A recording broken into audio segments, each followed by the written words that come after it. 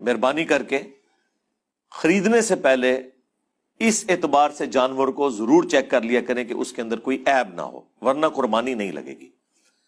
وہ واضح حدیث ہے، جامعہ ترمذی میں، سنن نبی داؤد کے اندر، مشکات کے اندر بھی موجود ہے کہ نبی علیہ السلام نے فرمایا کہ 4 خامیاں جس جانور کے اندر ہے نا، اس کی قربانی نہیں لگے گی۔ نمبر 1، لنگڑا، ٹانگ ٹوٹی ہوئی۔ یہاں پہ بھی اکثر اوقات جب وہ کوئی بڑا جانور ہے، آپ اسے ٹرک سے اتارتے ہیں تو وہ چھلانگ مار کے اترے تو ایک آدھ ٹانگ تو اس کی ٹوٹ جاتی ہے، پھر وقتی طور پہ اسے پین کلر لگا دیتے ہیں اس کے گھٹنے کے اندر، اس لیے وہ فیل نہیں ہوتا۔ تو جب بھی آپ جانور لینے جائیں تو اسے چلا کے دیکھیں، تو پین کلر لگا بھی ہوگا نا تب بھی وہ ٹانگ کو صحیح طریقے سے یوز نہیں کر سکے گا، وہ آپ کو پتا چل جائے گا یہ لنگڑا ہے۔ نمبر 1 لنگڑا، نمبر 2 کانا جس کی آنکھ نکلی ہوئی ہو، نمبر 3 لاغر، یعنی یہ نہیں ہے کہ اس کے اوپر گوشت ہی کوئی نہیں، ہڈیوں کا ڈھانچہ ہے، اور نمبر 4 جو بیمار جانور ہے، اس کی آپ قربانی نہیں دے سکتے۔ اسی طریقے سے ابو داؤد کے اندر، جامعہ ترمذی میں اور مشکات میں بھی حدیث موجود ہے، 2 اور چیزیں نبی علیہ السلام نے فرمائی کہ جس کا سینگ ٹوٹا ہوا ہے اس کی بھی قربانی نہیں ہوگی، اور جس کا کان کٹا ہوا ہے اس کی بھی قربانی نہیں ہوگی۔ یعنی فزیکلی اس کے اندر کوئی عیب نہیں ہونا چاہیے، جانور خوبصورت ہو، کوئی اس کے اندر اب یہ کوئی تھوڑا بہت سینگ ہلکا سا اوپر سے ٹوٹا ہوا ہے تو یہ کوئی اتنا ایشو نہیں ہے، یعنی ڈومیننٹ نہ ٹوٹا ہوا ہو کہ دیکھنے میں لگے کہ یار یہ ڈومیننٹ، یعنی بعض اوقات کان کے بالکل اینڈ کے اوپر کو تھوڑا سا کٹ لگ گیا ہوتا ہے یا کوئی اس طرح کا معاملہ ہوتا ہے، اس زمانے میں تو لوگ وہ کان کاٹ کے بتوں کے نام پہ چھوڑتے تھے نا، اس لیے نبی علیہ السلام نے منع کیا۔ آج کے زمانے میں ہم یہ دیکھیں گے اس اعتبار سے کہ کان واضح طور پر کٹا ہوا نہ ہو کہ اس کی خوبصورتی ختم ہو رہی ہو، تو پھر آپ اس جانور کی قربانی نہیں کریں گے۔ تھوڑا بہت کہیں پہ وہ تو ویسے ہی زخمی ہو جاتا ہے، جب کانٹوں والی جگہ پہ وہ پتے جا کے چننا شروع کر دیں تو وہ کان رگڑ کھاتے ہیں، بعض کا تھوڑے بہت زخمی ہو جاتے ہیں، وہ معاملہ بالکل الگ ہے۔ ڈومیننٹ نہیں ہونا چاہیے ایسا کوئی معاملہ، ڈومیننٹ ہوا تو پھر آپ کی قربانی نہیں لگے گی۔ یہ ساری احتیاطیں آپ نے کرنی ہیں جانور خریدتے وقت۔ اب آپ خرید کر لے آئے، بعد میں بیمار ہو گیا، یا اسے بچے گھمانے کے لیے لے کے جا رہے تھے اور وہ رسی چھڑا کے بھاگا، کہیں پہ ٹھک گیا، بعض اوقات وہ پل سے نیچے بھی گر پڑتے ہیں۔ اب پل سے نیچے گر پڑا تو ظاہر ہے کہ وہ تو پھر اتنا زیادہ زخمی ہوگا کہ اس کے بچنے کے چانسز نہیں ہیں، تو آپ پھر اسے قربان کر لیں عید سے پہلے ہی، آپ کی قربانی ہوگی، نیا جانور خریدنے کی ضرورت نہیں ہے۔ اس کے ثبوت میں سنن کبریٰ البیہقی کے اندر سیدنا عبداللہ ابن زبیر صحابی رسول صلی اللہ علیہ وآلہ وسلم ورضی اللہ تعالیٰ عنہ کا قول موجود ہے۔ وہ ایک جگہ سے گزرے تو انہوں نے ایک اونٹنی دیکھی جو ایک آنکھ سے کانی تھی، تو رک گئے اور انہوں نے فرمایا کہ اگر تو یہ اونٹنی خریدنے سے پہلے کی کانی ہے پھر تو تمہاری قربانی نہیں لگے گی، نیا جانور خریدو،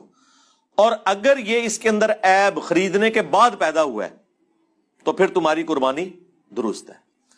یہ بالکل واضح عبداللہ ابن زبیر کی حدیث موقوفاً سنن کبریٰ البیہقی کے اندر، اس کو سپورٹو المصنف ابن ابی شیبہ میں، مصنف عبد الرزاق کے اندر امام زہری کا فتویٰ بھی موجود ہے، سیم اسی طرح کے الفاظ کے ساتھ کہ اگر عیب بعد میں پیدا ہوا ہے تو پھر قربانی درست ہے، اگر وہ پہلے کا تھا تو پھر قربانی درست نہیں ہے۔ بہرحال یہ عبداللہ ابن زبیر نے ایک کلیئر کٹ بات بتا دی۔ بس اس میں اب جتنے عیب ہیں، اگر جانور خریدنے کے بعد سینگ ٹوٹا، یا وہ بیمار ہو گیا، یا وہ لنگڑا ہو گیا، یا اسے کوئی زخم آ گیا، تو ان تمام جانوروں کی قربانی درست ہوگی۔ اور اس میں بھی اگر زیادہ سویر کنڈیشن آ جائے تو آپ قربانی سے پہلے بھی اسے قربان کر سکتے ہیں، اور اس کا مصرف بھی گوشت کا وہی ہوگا جس طرح عام قربانی کا ہے۔ تو آپ بھلے 2 دن پہلے ہے تو ٹھیک ہے، پھر فریج میں رکھ لیں اور قربانی والے دن بانٹ دیں، کیونکہ اگر پہلے بانٹا لوگ کہیں گے پتہ نہیں بیمار جانور کا گوشت ہی دے گئے، یہ بھی خطرہ لگا رہتا ہے نا۔ تو پاکستان میں تو آپ جتنا بھونتے ہیں نا گوشت کو، تو عموماً جتنے اس قسم کے وائرسز ہیں وہ ختم ہو جاتے ہیں، الا یہ کہ کوئی کریٹیکل وائرس ہو، وہ بھی ڈاکٹرز بتائیں گے جن کی فیلڈ ہے اس حوالے سے، کہ کوئی ایسا معاملہ، عموماً جو عام بیماریاں جانوروں کو لگتی ہیں نا تو وہ جانور جب آپ قربان کرتے ہیں اس کے بعد گوشت جب آپ پکا کے کھا لیتے ہیں تو بیکٹیریاز وائرسز ختم ہو جاتے ہیں، کوئی ایشو اس حوالے سے نہیں رہتا۔ یہ اب جو یہ والی بیماری آئی ہے لمپی، جس کے اندر وہ پھوڑے نکلتے ہیں، تو اب ظاہر ہے کہ یہ تو واضح اس کی خوبصورتی کو ختم کرتے ہیں۔ اس قسم کے اگر پھوڑے نکلے ہوئے ہیں کسی جانور کو تو وہ آپ قربانی کے لیے نہ خریدیں۔ ہاں بعد میں اگر نکل آئے ہیں تو پھر قربانی تو اس کی درست ہوگی، اس میں قربانی کے اعتبار سے کوئی ایشو نہیں ہے، کوئی ٹینشن لینے کی ضرورت نہیں ہے، اور نہ کوئی جانور نیا لینے کی ضرورت ہے،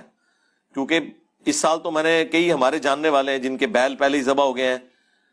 اسی طریقے سے بکرے ذبح ہو گئے ہیں مختلف قسم کی بیماریوں کی وجہ سے، اور وہ پھر ٹینشن میں ہے کہ نہیں جی اب ہم جانور نیا خریدیں یا نہ۔ ایون یہ بھی ہو سکتا ہے کہ جانور آپ نے خریدا اور بھاگ گیا، تب بھی آپ کی قربانی ہوگی، آپ نے تو اللہ کی راہ میں دے دیا نا۔ وہ سورۃ الحج میں اللہ تعالیٰ کا واضح فتویٰ ہے کہ اللہ تعالیٰ کو تمہاری قربانیوں کا نہ گوشت پہنچتا ہے نہ خون پہنچتا ہے، بلکہ اللہ تعالیٰ تو دلوں کے تقوی کو دیکھتا ہے۔ یعنی یہ گوشت اور خون بھی نہیں اللہ کو چاہیے، لیکن اس دن خون بہانا یہ سنت ابراہیمی ہے، وہ آپ نے کرنا ہے۔ یہ نہیں ہو سکتا کہ آپ قربانی کے حصے کے پیسے کسی غریب کو دے دیں، نہیں،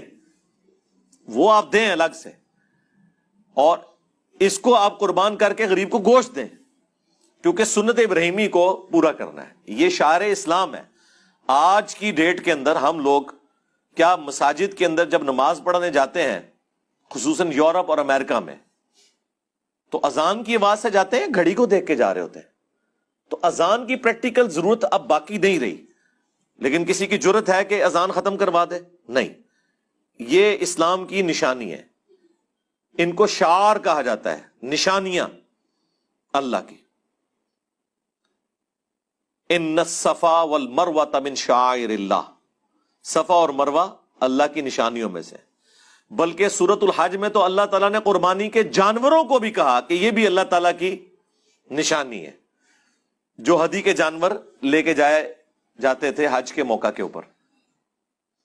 تو یہ آپ ختم نہیں کر سکتے۔ سورہ حج میں آیا کہ 3 کیٹیگریز میں گوشت کو ڈیوائیڈ کرنا ہے، یعنی ایک پریفریبل ہے، غریبوں اور مسکینوں کو دیں، رشتہ داروں کو دیں، اور خود بھی استعمال کریں، اور اس میں مسلم اور غیر مسلم کی بھی کوئی تفریق نہیں ہے، آپ کسی کو بھی دے سکتے ہیں۔ اس دن جو لوگ مانگنے آتے ہیں سب کو کچھ نہ کچھ دے کر بھیجا کریں۔ انہوں نے کون سا روزانہ آنا ہوتا ہے، سال کے بعد آتے ہیں، تو آپ قربانی کریں۔ یہ نہیں ہے کہ اچھا گوشت تھوڑا سا سائڈ پہ کر کے اپنے لیے کر دیا اور باقی گوشت جی میں نے اپنا زیادہ گوشت اللہ کی راہ میں دیا ہے، وہ زیادہ دیا آپ نے ناقص والا، ہاں جی، جس کا بہترین قیمہ نکلنا تھا وہ تو آپ نے سائڈ پہ کر لیا، ران کا گوشت آپ نے سائڈ پہ کر لیا۔